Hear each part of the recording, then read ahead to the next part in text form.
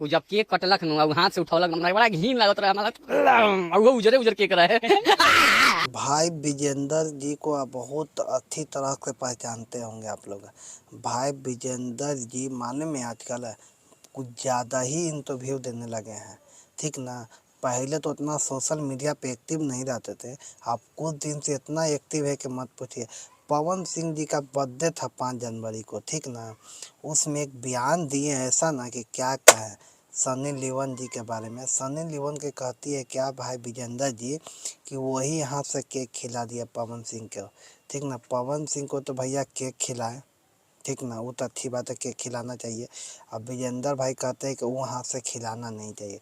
अरे भैया उतना पार्टी सार्टी में उतना देखा नहीं जाता है किसी को, ठीक ना। विजेंदर भाई को ये नहीं पता है कि सनी लियोन पहले उचित करती थी, अब तो नहीं ना करती है। अरे भाई विजेंदर को समझना चाहिए, वो हाथ से केक खिलाने से किसी को कोई फ़र्क नहीं पड़ता है, ठीक ना।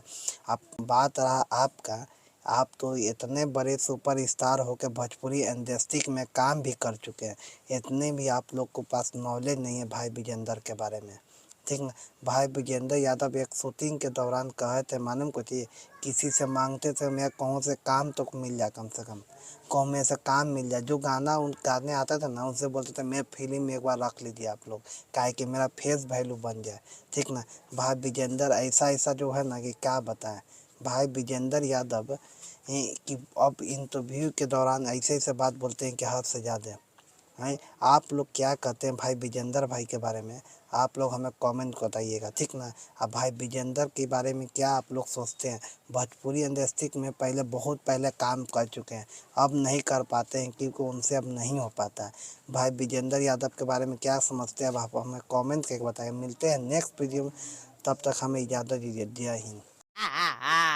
उ हमरा अच्छा ना लगल।